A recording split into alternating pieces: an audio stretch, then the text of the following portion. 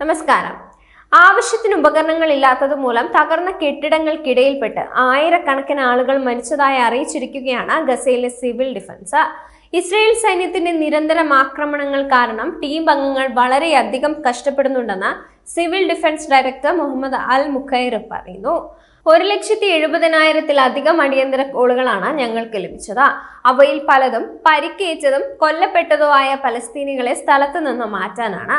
ശാരീരികമായല്ല, മാനസികമായും ഞങ്ങൾ തളർന്നിരിക്കുകയാണ്. കാരണം ഞങ്ങളിൽ തന്നെ 25%-ത്തിലധികം അംഗങ്ങൾ കൊല്ലപ്പെട്ടു എന്നാണ് അദ്ദേഹം പറയുന്നത്. അവശിഷ്ടങ്ങൾക്കിടയിൽ നിന്ന് ആളുകളെ രക്ഷിക്കാൻ ചുറ്റികയും ശവലും മാത്രമേയുള്ളൂ. ഞങ്ങളുടെ കൈവശം ഭാരമേറിയ യന്ത്രങ്ങളോ ഉപകരണങ്ങളോ ഇല്ല. ജനവാസ മേഖലകളെയാണ് ഇസ്രയേൽ ആക്രമിക്കുന്നത്. ഇരകളുടെ എണ്ണം വർദ്ധിപ്പിക്കുകയാണ് അവർ. ഞങ്ങൾക്ക് സഹായിക്കാൻ കഴിയാത്തതിനാൽ അവശിഷ്ടങ്ങൾക്കിടയിൽ മരിച്ച 9,700 പേരുടെ വിവരങ്ങൾ കൈവശമുണ്ടെന്നും അദ്ദേഹം വ്യക്തമാക്കി. അതേസമയം കണ്ണും കരുണയുമില്ലാത്ത സയനിസ്റ്റ് ഭീകരത ഗസയെ ശവപ്പറമ്പാക്കുകയാണ്. 2023 ഒക്ടോബർ 7 ശേഷം 16,500-ലേറെ കുഞ്ഞുങ്ങളാണ് ഇസ്രയേൽ സേനയുടെ മിസൈൽ ആക്രമണങ്ങളിൽ മാത്രം കൊല ചെയ്യപ്പെട്ടത്. അഭയാർത്ഥി ക്യാമ്പുകളെയും കുഞ്ഞുങ്ങളെയും ലക്ഷ്യമിട്ടുള്ള വംശീയ ഉന്മൂലനമാണ് ഇസ്രയേൽ നടത്തിക്കൊണ്ടിരിക്കുന്നത്. എല്ലാ അന്താരാഷ്ട്ര നിയമങ്ങളെയും ലംഘിച്ച് ഇസ്രയേൽ സേന ഗാസയ്ക്കുള്ള എല്ലാ സഹായങ്ങളും തടഞ്ഞു വെച്ചിരിക്കുകയാണ്. മരുന്നും ഭക്ഷണവും ഇല്ലാത്ത ഗാസയിൽ 14,000 കുഞ്ഞുങ്ങൾ മരണമുഖത്താണെന്നാണ് കഴിഞ്ഞ ദിവസം UN നൽകിയ മുന്നറിയിപ്പ്. ഗസയിലെ 93% കുട്ടികളും കടുത്ത പോഷകാഹാരക്കുറവ് നേരിടുകയാണെന്നും അടിയന്തരമായി സഹായം എത്തിച്ചില്ലെങ്കിൽ 14,000 കുട്ടികൾ മരണത്തിലേക്ക് എടുത്തെറിയപ്പെടുമെന്നാണ് ലോകത്തോട് UN പറഞ്ഞത്.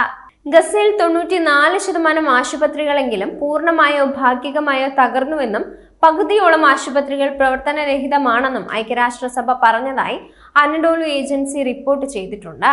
ശത്രുതയുടെ തീവ്രത ഗസയുടെ ദുർബലമായ ആരോഗ്യ സംവിധാനത്തെ തകർച്ചയുടെ വക്കിലേക്ക് തള്ളിവിട്ടിരിക്കുന്നുവെന്നാണ് ലോകാരോഗ്യ സംഘടനയെ ഉദ്ധരിച്ച് UN വക്താവ് ഫർഹാൻ ഹക്ക് വാർത്താ സമ്മേളനത്തിൽ പറഞ്ഞത്.